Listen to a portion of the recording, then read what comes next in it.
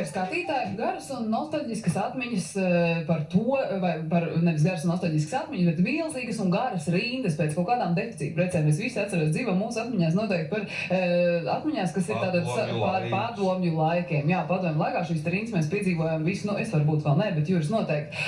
Bet nu tagad šodien pat mūsu kolēģi, Vestabu laikas filmēšanas grupa fiksē šādu milzīgu rindu pilsētas centrā. Rindā pēc biļetēm policistu uzraudzībā tiek uzstādīti personiskie rekordi. Это стоило того, чтобы ждать больше 14 часов. 10 garus gadus mūsu deputāti ir grozījuši, lipinājuši. Šodien tā nav ne brīvdiena, ne mazā sestdiena, nekādas vēl ir tas sadalījums visiem tiem, kas grib laicīgi sākt svinēt. Jā, tieši tā ir pilnīgi normāla darba diena visiem darba rūķiem. Nu, šodien cilvēki strādā uz darbu, no rīta sēdās sabiedriskajā transportā, devās uz darbu, bet es personīgi pazīstu vairākus un zinu ļoti daudzus cilvēkus, kuri būtu ar mieru šodien ņemt brīvdienu, ne jau tāpēc, lai dotos vai nu slēpot, ķert to pēdējo sniegu kaut kur, vai, teiksim, apciemot savus draugus vai meiteni, tam līdzīgi nekād. Viņi būtu lūguši brīvdienu ar vienīgi nolūku, no agra rīta, no tumsiņas vai pat no vakardienas vakara, lai stāvētu milzīgi garā rindā pašā pilsētas centrā, rindā, kur ir sastājusies uz lodziņu, pie kura jums pārdod biļetes uz koncertu, kurā savukārt uzstāsies grupa Prodigy. Simtiem cilvēku šodien drūzmējās gar nakts kluba Essential aiz durvīm. Kāds stāvētājiem pievienojies pirms pāris minūtēm, kāds cits šeit bija jau kopš 8 no rīta. Garām gājējiem par lielu izbrīnu šādu pacietību un izturību radījusi biļešu tirdzniecība, kas ar lielām ovācijām tika atklāta 12.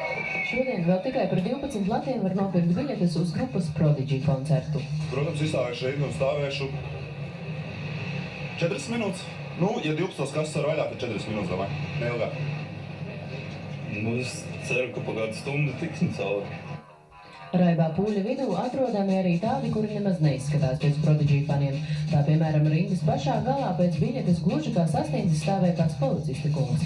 Lai arī cik neredzams viņš vēlējās būt, tomēr fanu pūlis ik pa laikam kārtības sarga virzienā raidīja neizpratnes pilnus skatienus. Taču Aleksandrs pirmo vietu rindā ieņēma jau vakar 9 vakarā.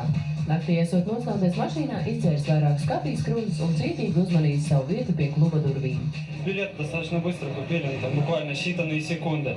Дал деньги и получил. Это стоило того, чтобы ждать больше 14 часов.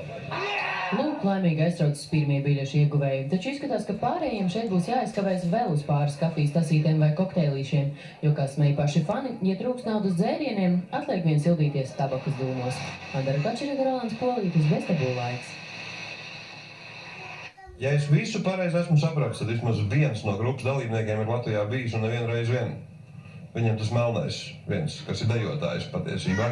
Viņš ir bijis, man liekas, kā DJs un Jelgavā klubā Tornus spēlējis, bet tas no tā Prodigy kā grupa nav uzstājušies, cik man zināms Latvijā. Man liekas, tas koncerts ar citu paredzēts, un tad, ne, viņš bija kaut kur blakus kādā kaimiņu valstī vai Lietuvā vai kur, un tad viņš briesmīgi pārdzīvoja, jo viņš tika atcelts. Jā, jebkurā gadījumā, cienījamie skatītāji, tie no jums, kas nezina, kas tie tādi Prodigy ir, skaidrs, ka jums nav ne mazākās vēlmes stāvēt tur rindā, bet, nu, tie rūdītie melomāni, kas vismaz deju mūziku klausās, tie zinās, par ko ir stāsts. Un es droši vien melot, ja teiktu, ka es negribu uz to koncertu aiziet pie māja mēnesī. Ļoti jau man arī gribētu. Būs jāpērk dārgāk biļetu, ne, stāvēju šajā rindā. Bet mēs mainām mazliet tēmu.